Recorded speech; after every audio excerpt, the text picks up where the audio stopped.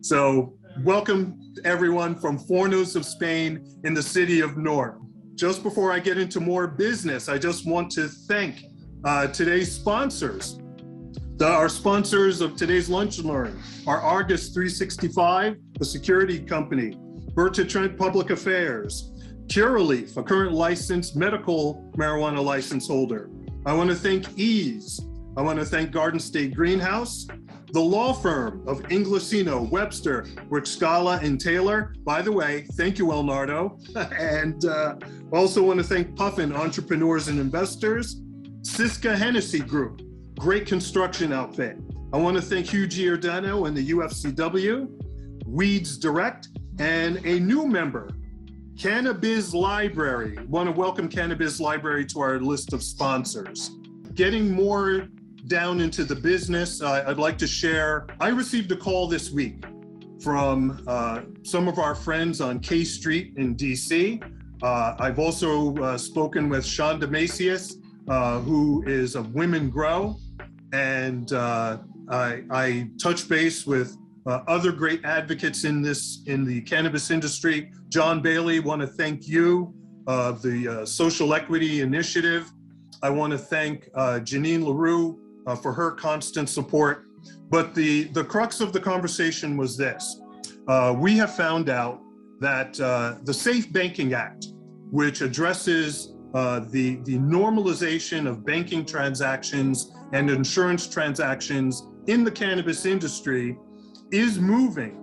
And unfortunately, and I found out and actually confirmed with my conversations with the House sponsor, Ed Perlmutter of Colorado. Thank goodness for his office. I want to give them a shout out. I just want to take a moment and ask you all, everyone on Lunch and Learn, reach out to your networks. Take a picture of this slide. We need you to call Senator Cory Booker. Confirmation, Senator Booker is not 100% behind the Safe Banking Act. We really need you to call the senator, ask him to get 100% behind the Safe Banking Act, because it provides access to capital and safe banking and insurance practices and options for all in the cannabis industry. We really need this to happen. Look, with all due respect to the senator, we do know that he had some concerns about social justice language in the bill, but we want to make sure that we get the bill passed. There's no such thing as perfect public policy. So we need the senator to say yes, to become fully committed behind the Safe Banking Act. Everyone on the Hill is concerned right now that he's not 100%. So please call the senator's office, leave that message. If you're from New Jersey, make sure you leave in the message where you're from, and reach out to your networks. Make sure that the senator gets 100% behind safe banking. Let him know that the CannaBusiness Association is 100% behind it. And we need this to move to provide safe and conventional banking to all in the cannabis industry. I'll leave this up for another second. Take a picture of it. Make sure that you get this information out to your networks. Call the senator. Ask him to please get 100% behind the Safe Banking Act. It's moving nicely. If we don't get it done now, we could be looking at years in the future waiting. So by all means. Well, everyone, time to get started with our Lunch and Learn. We have two very special guests from a wonderful company. They're going to share with you just what they bring to the cannabis industry, what they do, how special they are. I had a chance to meet Sean and Sean, spend some quality time with them. And so Sean and Sean, I want to welcome you to Lunch and Learn, the company InFEWsion. And what I'd like to do, and I'll let the two of you tell us about yourselves and absolutely tell us about InFEWsion. Absolutely. So I'm Sean C. With me is Sean P. Sean in stereo. Here we go. We had the chance to meet Ed, spend some time with him. We actually played golf with him, and I want to just let everybody, be rest assured that your president is completely dedicated to his day job, because the way he and I played, no one's making the tour, so we're good. All right. Thank you, Ed, for the response. Nothing like starting with a joke into the dark chasm of a Zoom full of people on mute. All right. Thank you, everybody, for having us. We're truly thrilled to be here talking to you. We think we've got something exciting to talk to you about. So as mentioned, we are InFEWsion. We're solar developers, but more than that, we're energy strategists. So, what does that mean? Energy is essentially considered a commodity. It's, you flip the switch, the light comes on, you pay your bill, it keeps going on, but it can be the largest variable cost of, for a company. So it can be a problem for a lot of companies, whether they know it or not. And we're out there trying to help them find solutions. And we've got projects and partners all around the country that, we're trying to help them save money, make more money through sustainable energy. So normally when we're in these meetings, we talk about there being two kinds of green. There's the renewable sustainability, the environmental impact, the green aspect of this. And then there's what companies care about, cold hard cash, the green. And today we're talking about three types of green because we're talking to you guys. Because the cannabis industry is ready to explode here in New Jersey, which is great. That's exciting. But there is some energy instability that comes along with it, and that's not so great, right? Indoor growing definitely eliminates the unpredictability that weather brings, but it can be pretty energy intensive. So, with the HVAC systems for temperature and humidity and powerful lights running, constantly, one simple light module, there's a couple of facts that I learned. One simple light module that to grow 4 plants uses as much power as 29 refrigerators. 29 refrigerators.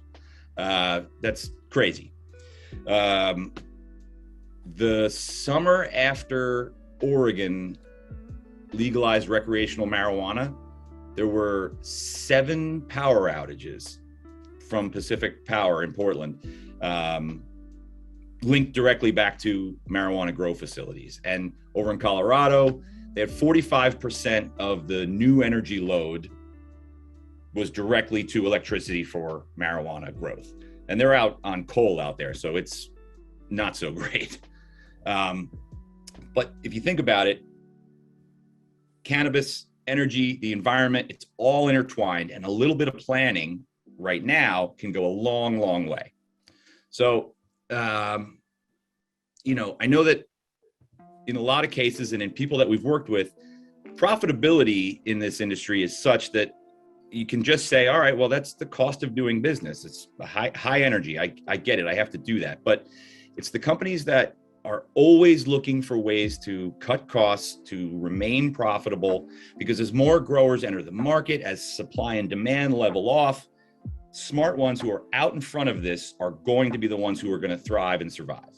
So that's what, we're always looking to bring to you. So us here in New Jersey, and Sean and I are here in Central Jersey, it does exist.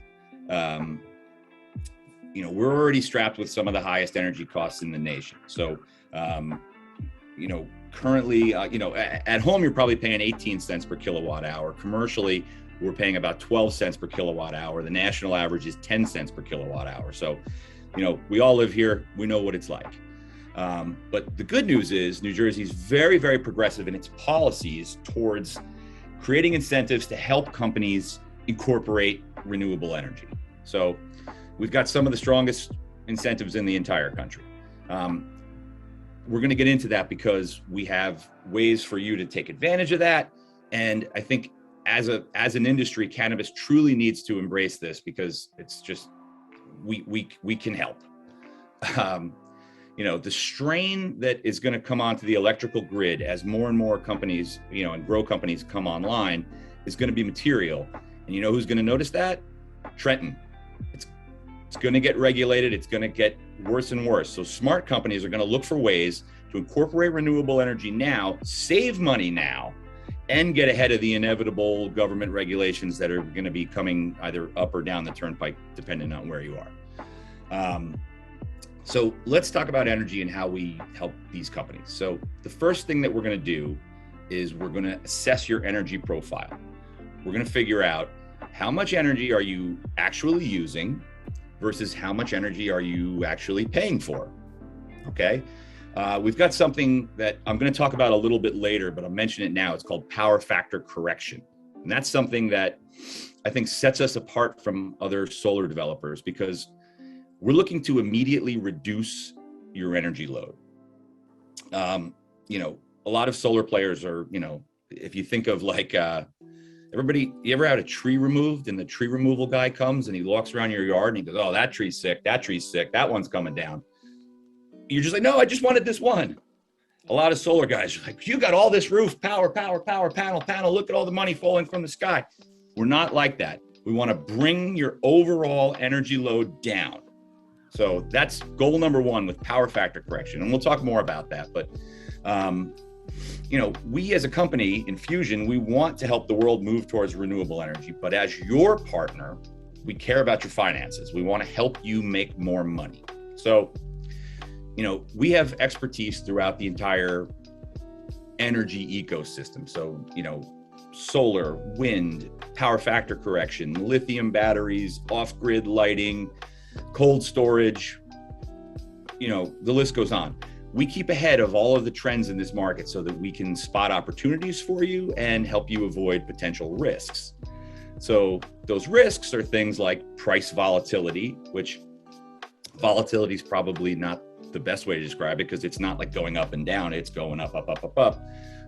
You know, that's just what's going to happen. But you know, the national grid is weakening. There's going to be energy instability issues. You know, concerns about fossil fuels and dependence on foreign oil. No one likes that. And like I said, all, you know, looming government, you know, involvement, because all of the heat that's created here flies directly in the face of all the climate laws that are being passed. So we've got to find ways to offset that. So taking action now is going to set your company up, build an energy roadmap that's going to protect you and your revenue for a long time to come. You know, and I want to address, there's a bit of a misconception in terms of who can take advantage of these things. And everybody thinks like Walmart and Nike and Apple, and they're the ones out there that are touting their ESG, their environmental social governance. You know, and they're these big billion-dollar companies that can do it and have entire departments devoted to that. But really, the truth is, there's never been more money floating around for businesses to incorporate renewable into their energy plan. It's these companies, the reason they do it, yes, it looks good and they prioritize it, but they're very smart. They have armies of accountants that go and find every loophole and tax incentive and credit. That's what we do. We have the expertise and the connections to go out and bring you every advantage that they have. So, you know, truly, we believe that the private sector is going to solve the energy problems in this country. The government can set the incentives, and then they have to just get out of the way because, you know, exactly. So all of those buzzwords that we hear, the, you know, sustainability, renewable energy, offsetting carbon footprint and everything, that can and will be done by businesses without sacrificing profits. And if you do it correctly, it's going to maximize your profits. You know, those are excellent points, Sean, and I appreciate that. And so it was funny, before we actually started, Sean P. and I were talking about just how we get there. And so, Sean P., if you want to take a minute and talk about some of that stuff that we were talking about while in the practice session, and what it means to be part of the network, working with you, whether on a financial accountability side and some other aspects, please. Yeah, thanks, Ed. And, just to reinforce what Sean introduced us as solar developers and energy strategists, it's important to know that, traditional business, we're able to work with people to take full advantage of all of the federal programs that are available, depreciation, tax credits, as well as state incentives. And we understand the challenge of what the cannabis industry is around the country, and more focused specifically here as it's blossoming in New Jersey, that you're not able to get a lot of underwriting for banking, insurances on systems, and taking advantage of everything that's out there. We understand that there's a profit that's able to be made, so a tax credit can be worked with, but then obtaining debt or having a simple power purchase agreement or other types of traditional ways that other businesses are taking advantage of solar is quite limiting in New Jersey.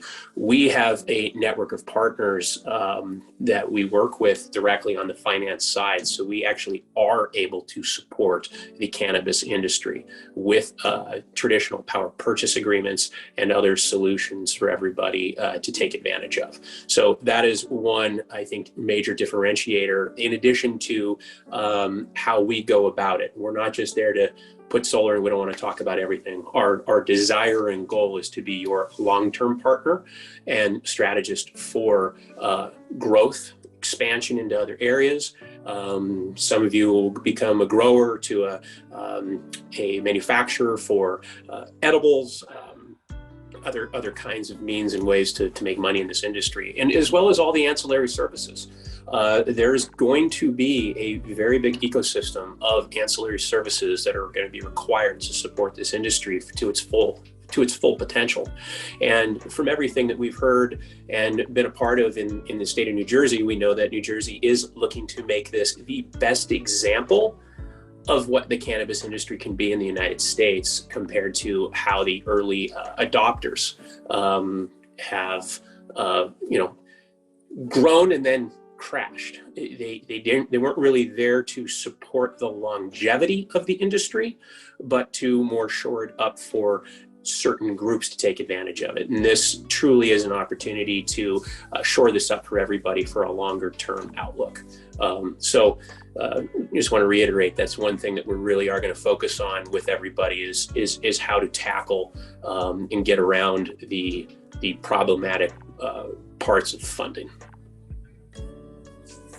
Great, thank you so much for that information.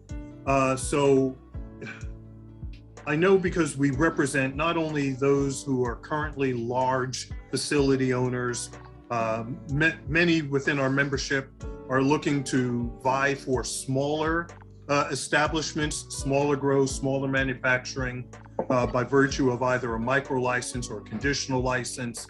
And so I just wonder, do you guys look at a minimum or maximum in terms of square footage that you're looking to assist? Or is it, hey, look, all comers, we will help anybody in this space?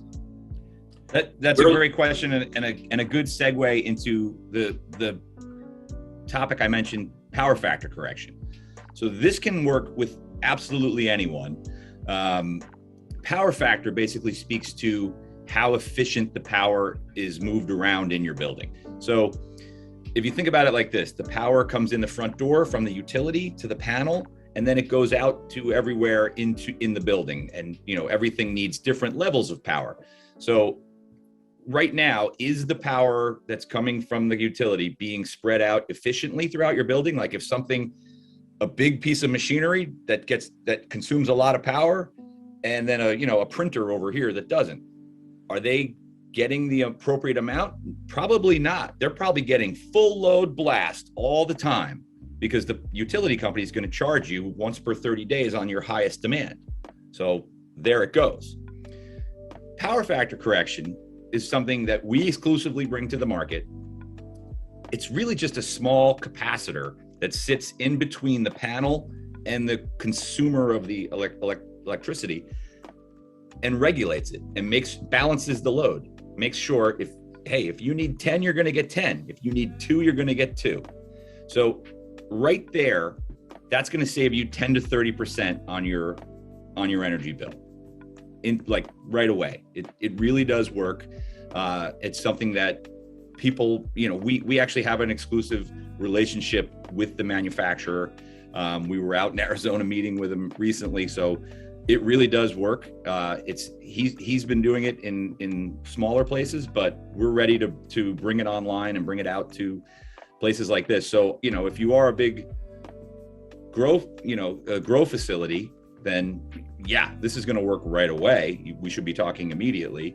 And then, just for everyone else, offices, whatever it may be, we can bring your energy bill down right now. And these things are, like I said, they're inexpensive. The ROI on these units is usually about a year to a year and a half.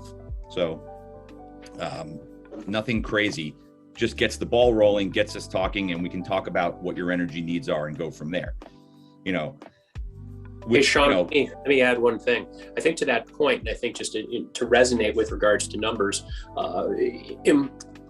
deploying power factor correction in your facility, regardless of scale, has an opportunity to save immediately between 10 and 30%, sometimes more. It's striking right away, getting immediate impact, while we then go into the other aspects of how else can we supplement power with solar and other things to reduce it. So it's an immediate impact of 10 to 30%, regardless of scale. If you pay $1 million a year in power, it's 10 to 30% of that. It's impactful immediately, or $10,000 a year. So just showing off those math skills. Right. Easy numbers. So it's clear. I mean, when we look at New Jersey, there are very clearly some things that concern municipalities and businesses within municipalities. One is water and wastewater. I spent years in the environmental services sector dealing with water and wastewater questions and issues. Energy is right there.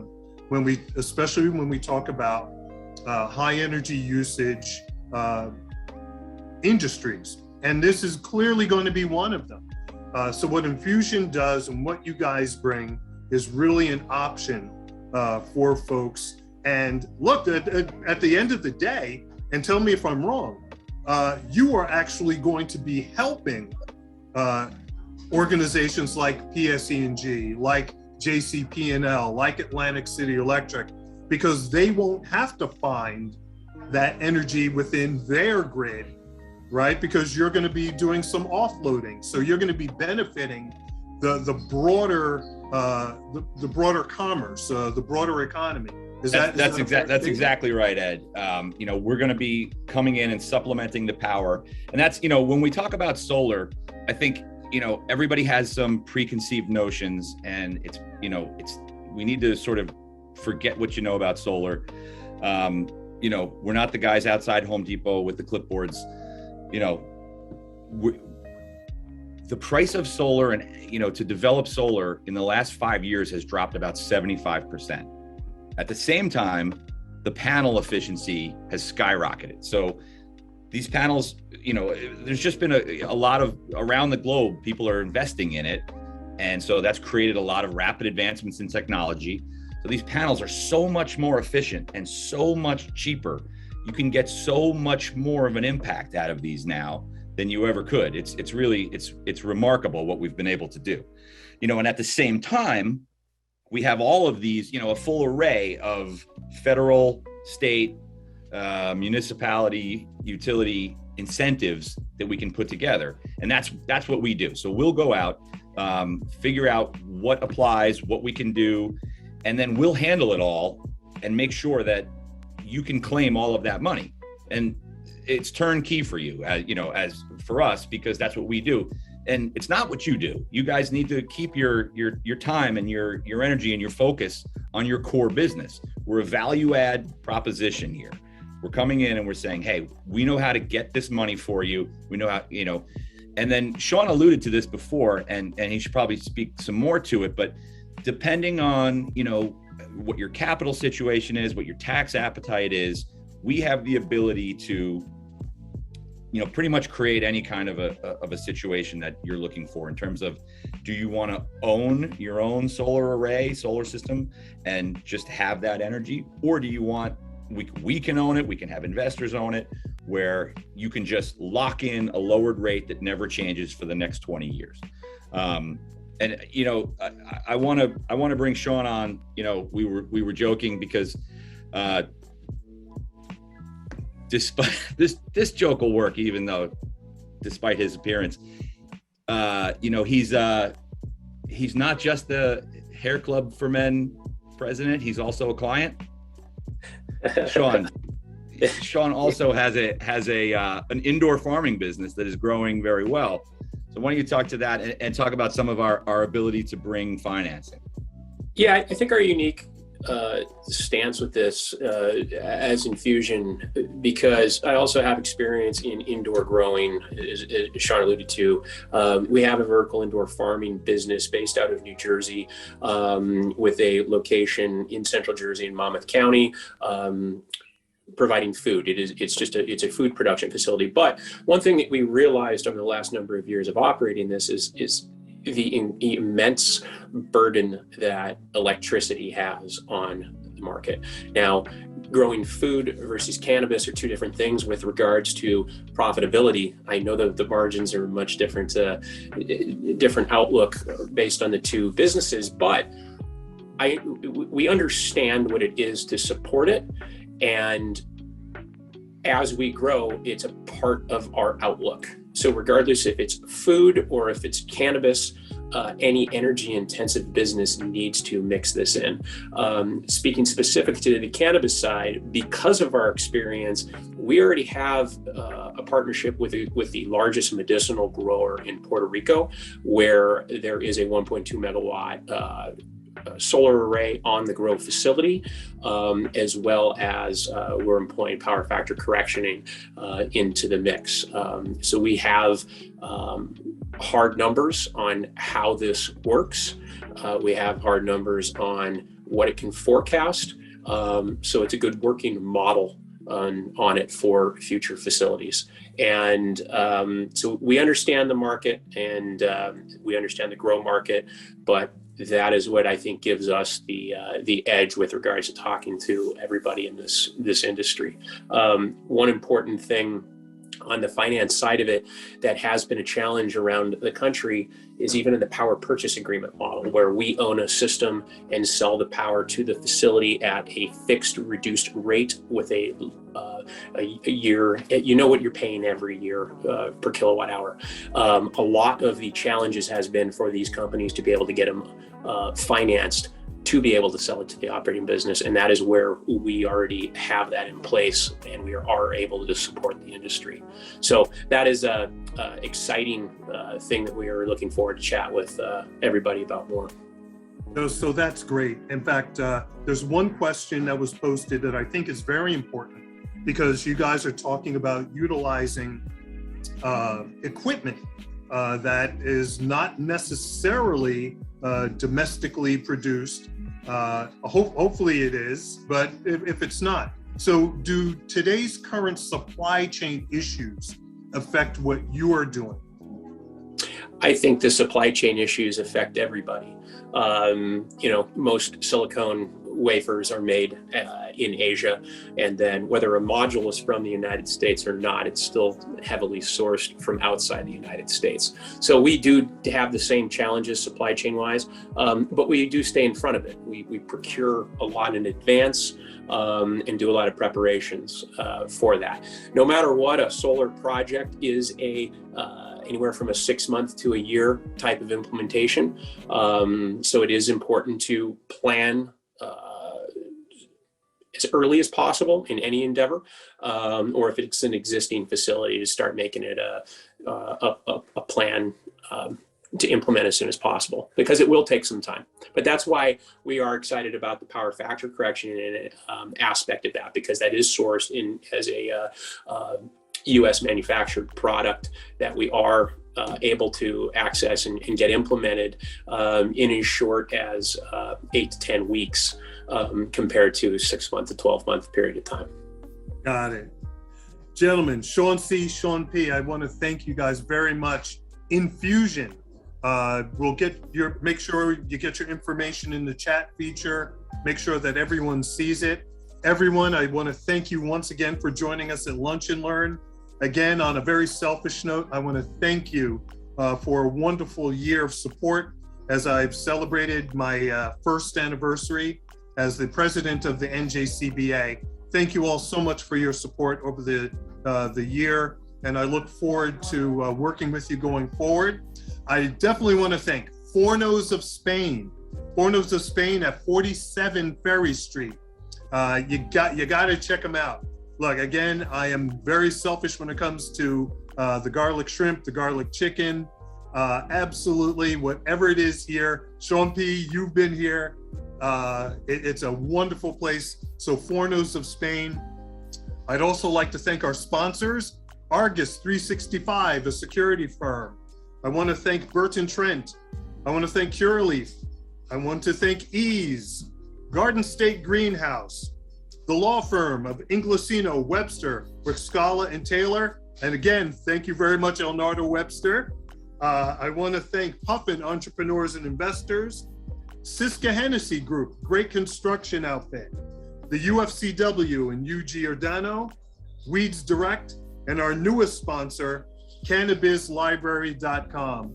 I want to thank our producers. I want to thank everyone for joining us once again. We will be back doing some other Friday afternoon events.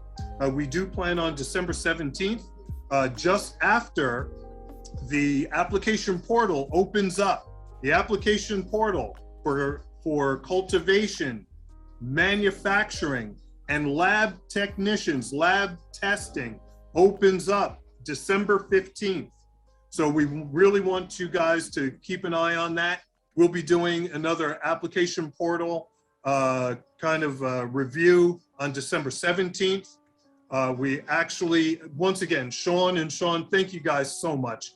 We'll get together in Tinton Falls, which is home for me.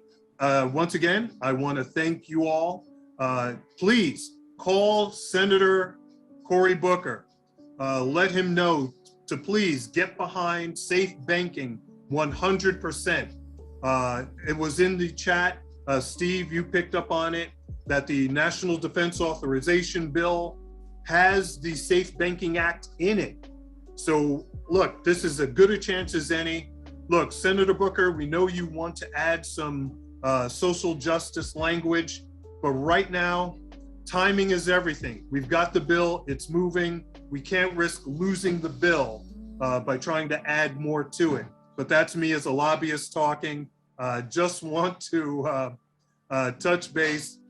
By all means, call Senator Booker. The information, we'll put the slide back up so that you can see how to call his office. Let him know, please get on board with safe banking. Please don't be a holdout. I want to thank all those that helped us with that conversation.